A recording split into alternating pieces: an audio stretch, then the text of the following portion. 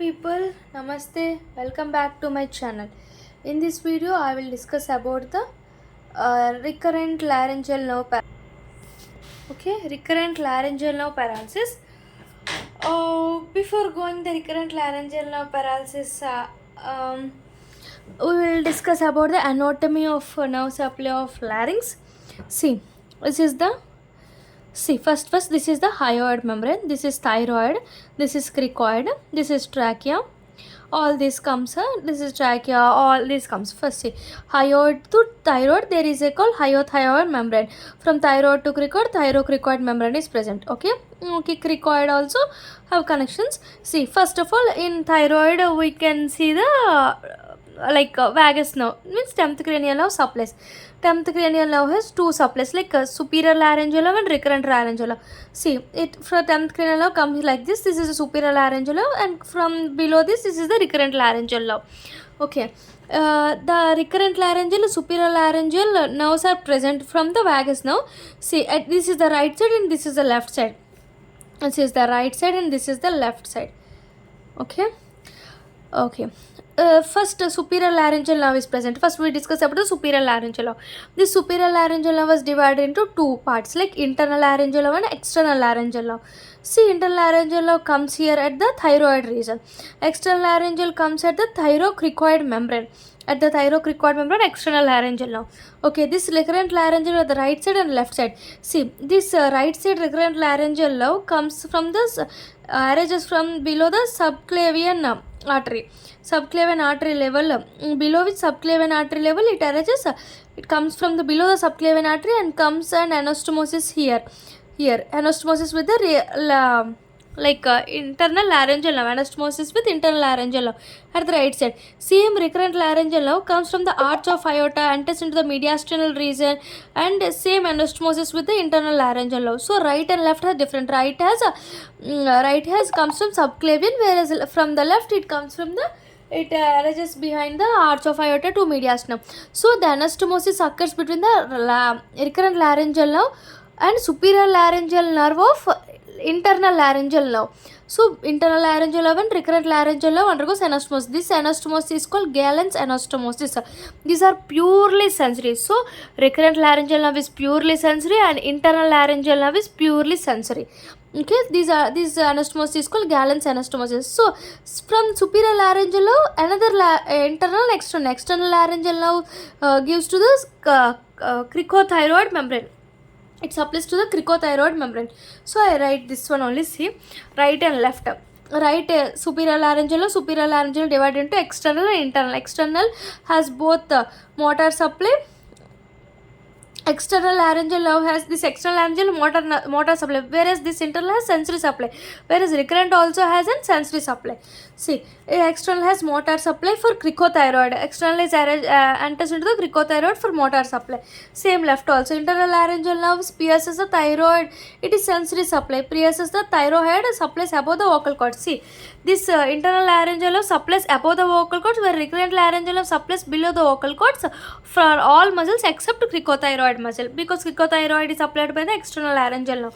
I wrote that one only. See, external, internal. External is motor supply for cricothyroid, which internal which supplies above the vocal cord, which is sensory. Right and left both are same.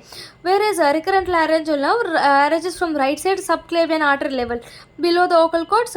Except cricothyroid, it gives all sensory supply, whereas it vagus descends from the aortic arch level, and this recurrent laryngeal nerve is mediastinum, same supplies to below the vocal cords, except cricothyroid, same part.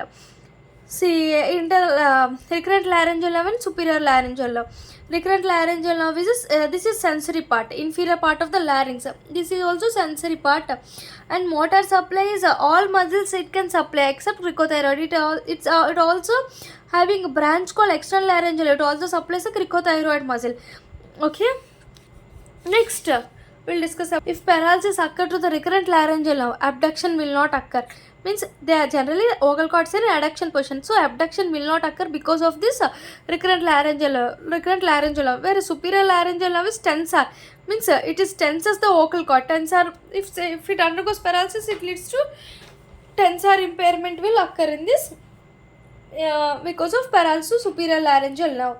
So next Why these vocal cords undergoes paralysis? Because of surgical trauma of both superior laryngeal or recurrent laryngeal, any malignancies or any infections, anything of viral bacteria leads to causes of paralysis. So I discussed about just anatomy.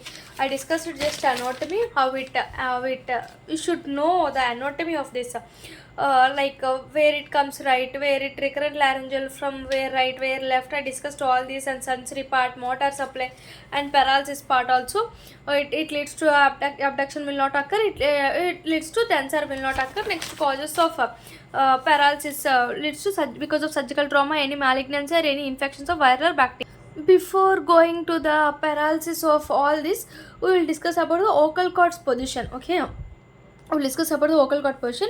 See, this is one of the vocal cord. This is the median position. This is the median position. This is a paramedian position. This is intermediate or cadaveric position, slightly abduction and full abduction. These are the positions of vocal cords.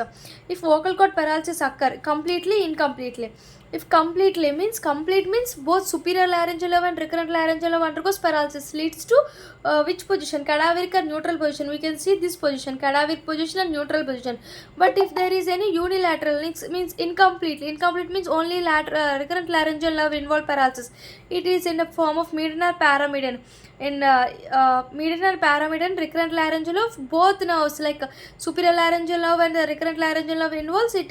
It causes intermediate or cadaveric position of the vocal cords. Okay. So position of vocal cords in health and diseased persons. See positions: median position, paramedian position, intermediate position, gently abduction, full abduction. Okay, slight abduction, full abduction. Generally, median and paramedian vocal cords. Location of vocal cords from midlines is there is median, paramedian or midline position. Like they are in midline position.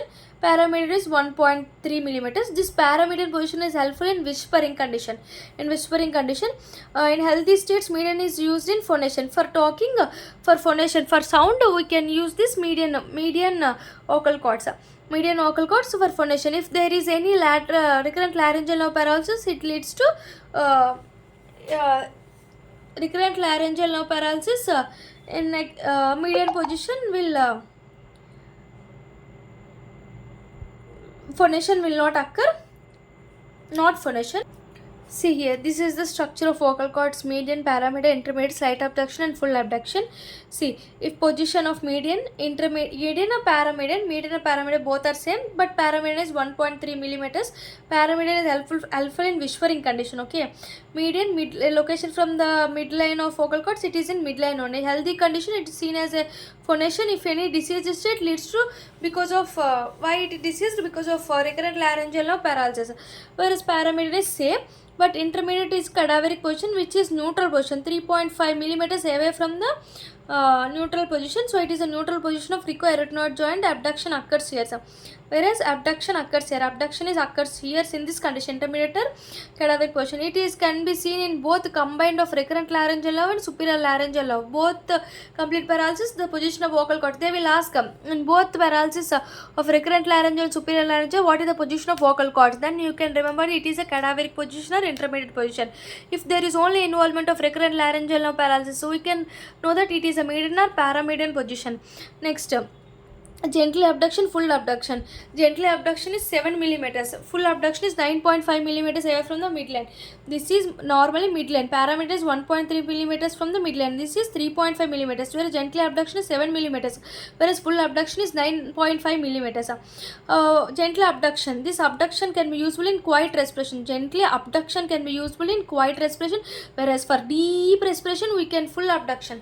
Full abduction for deep respiration, whereas gentle like quiet respiration for this gentle abduction can be occur. Deep inspiration for full abduction. Paralysis of abductors. Here abductors will be paralysis. Paralysis of adductors. This can be seen. Adduction will not occur. Adduction will not occur in diseased state. Okay. So this is the position of vocal cords. You should remember the position of vocal cords. Vocal cords are very, very important. You should know how the centimeters which are away from the midline, like midline 1.3, 3.5, 7 and 9.5. In healthy state what is present, in diseased state what is present, like healthy state phonation, recurrent laryngeal nerve, like This is combined of both paralysis and disease state, and here is quiet respiration. Whispering is helpful in paramedian position.